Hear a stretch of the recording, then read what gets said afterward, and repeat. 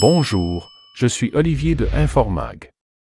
Nous revenons vers vous comme promis avec les mises à jour du programme d'Immigration Canada. Pensez vous abonner pour directement recevoir les prochaines mises à jour et aimer la vidéo pour améliorer notre référencement. Le Premier ministre du Québec, François Legault, la ministre de l'Immigration Christine Fréchette et le ministre de la langue française Jean-François Roberge ont annoncé les modifications importantes des conditions d'immigration. Ces modifications des conditions d'immigration concernent les immigrants, c'est-à-dire les personnes qui ont l'intention d'aller vivre au Canada, et les immigrés, c'est-à-dire les personnes étrangères vivant déjà au Canada. Le premier plan de cette modification est de favoriser la langue française en déclin. D'où cette déclaration du Premier ministre, je cite, « Vous savez, pour moi, ma responsabilité première comme Premier ministre du Québec, c'est de protéger notre identité. Ça commence bien sûr par notre langue. Ce qui est déterminant, c'est vraiment l'intégration des immigrants à la langue française. C'est ce qui est le plus important si on veut inverser le déclin de la langue française. » Fin de citation. Vous savez, pour moi, ma responsabilité première comme Premier ministre du Québec, c'est de protéger notre identité, puis ça commence bien sûr par notre langue. Deux séries de mesures ont été présentées par le Premier ministre. Le levier 1 de cette série de mesures est pour les immigrants permanents, c'est-à-dire les personnes qui veulent s'installer au Québec à long terme. Et le second pour les immigrants temporaires, c'est-à-dire les personnes qui veulent s'y installer à court terme. Pour les immigrants permanents, le gouvernement du Québec décide de garder les seuils, donc le nombre total d'immigrants permanents acceptés par année à 50 000. On choisit, on décide de garder les seuils, donc le nombre total d'immigrants permanents acceptés par année à 50 000. Le gouvernement décide également de réformer le programme d'expérience québécois, le PEQ, favorisant l'intégration des étudiants et de tous ceux qui parlent français. Car pour le Premier ministre, pour ceux obtenant leur diplôme au Québec, il n'y a pas d'enjeu de reconnaissance des acquis.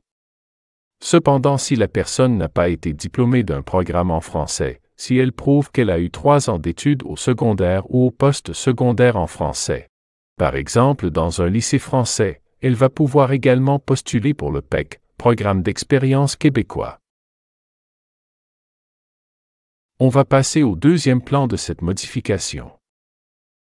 Les immigrants économiques vont devoir réussir un test de français d'un niveau plus élevé. S'ils veulent rester au Québec plus que 3 ans, ils vont devoir réussir un test de français. Donc on pense que toutes ces mesures vont nous aider à inverser le déclin du français. Donc, le message doit être très clair là, autant pour les étudiants que pour les travailleurs. À l'avenir, si vous voulez venir au Québec plus que 3 ans, si vous voulez être reçu comme immigrant permanent, il va falloir parler français, a déclaré M. le Premier ministre. Donc le message va être très clair, là, autant pour les étudiants que pour les travailleurs. À l'avenir, si vous voulez venir au Québec plus que 3 ans, si vous voulez être reçu immigrant permanent, il va falloir parler français. Donc, ces modifications favorisent la venue de personnes qui vont s'intégrer plus facilement dans nos régions, dans la société québécoise en français.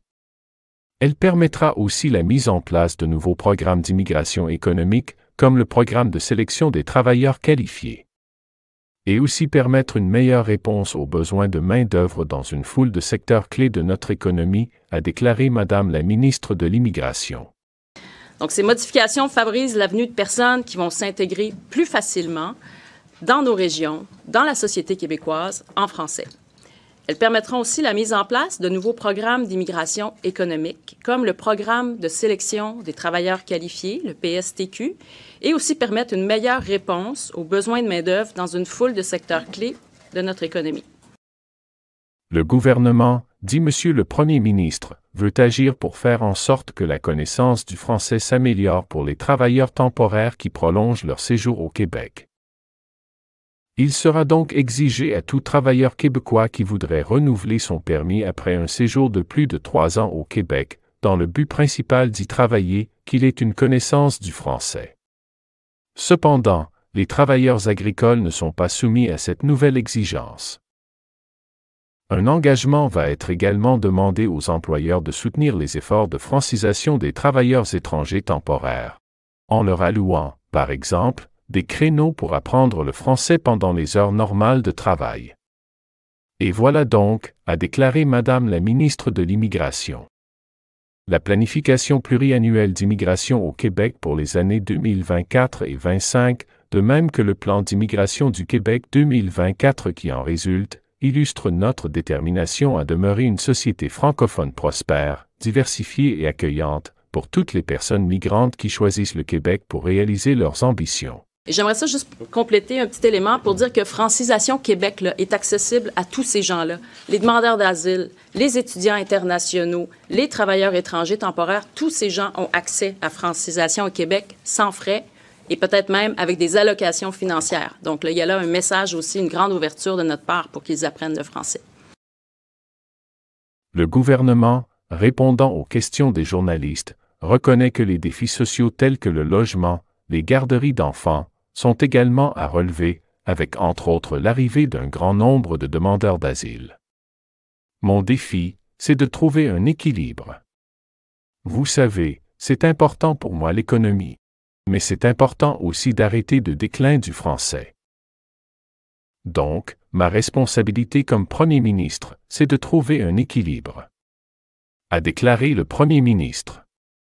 Madame la ministre a bien précisé que tous les immigrants et immigrés ont accès à Francisation Québec sans frais, et peut-être même avec des allocations financières, montrant ainsi une grande ouverture de la part du gouvernement.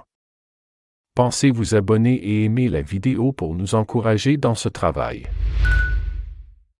Madame la ministre demande également au gouvernement fédéral, d'une part, de réviser son approche par rapport au visa de visiteur, parce que, dit-elle, à l'heure actuelle, il semble que plusieurs personnes arrivent au Québec, à l'aéroport de Montréal avec un visa de visiteur.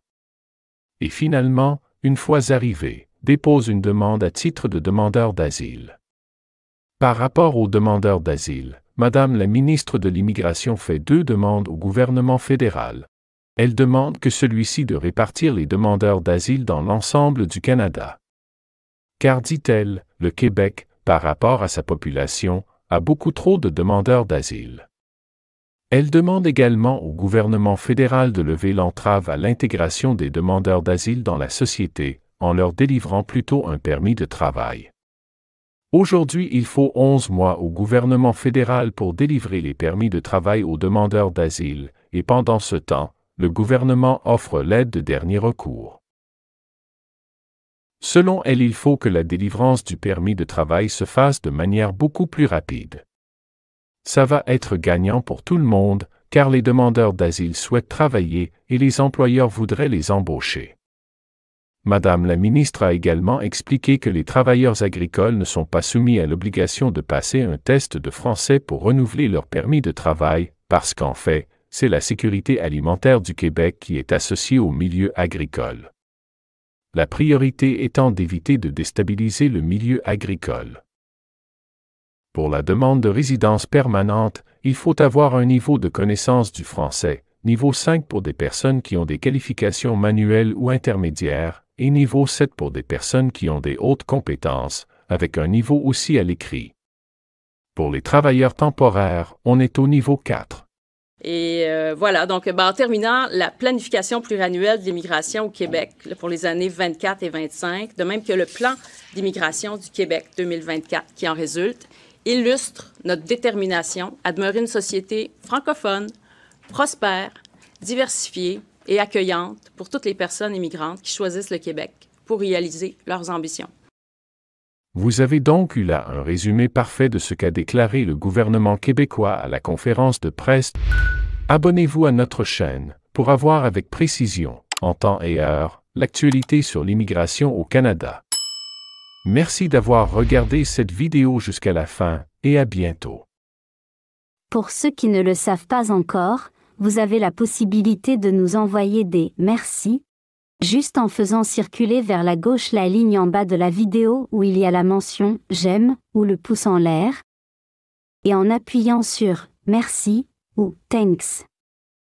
Une fenêtre s'ouvre sur la même page, vous permettant de faire vos remerciements. Si c'est sur ordinateur, c'est ainsi, les 3 pointillés à côté de « Partager ». Vous cliquez dessus, vous cliquez ensuite sur « Merci » ou « Thanks ». Cette fenêtre-ci s'ouvre. La barre vous permet de définir le montant que vous voulez donner. Une fois que vous avez défini le montant, vous appuyez sur « Acheter et envoyer » et vous achetez. Votre achat et votre nom nous sera transmis par YouTube et s'affichera en commentaire. Vos merci nous permettent de faire encore plus de recherches pour vous offrir des contenus encore plus attractifs. Avec vos merci, nous allons nous fournir de la documentation pour en savoir beaucoup plus et au plus tôt, avant que les dates limites pour passer à l'action ne s'inspirent. Nous remercions ceux qui nous envoient des merci.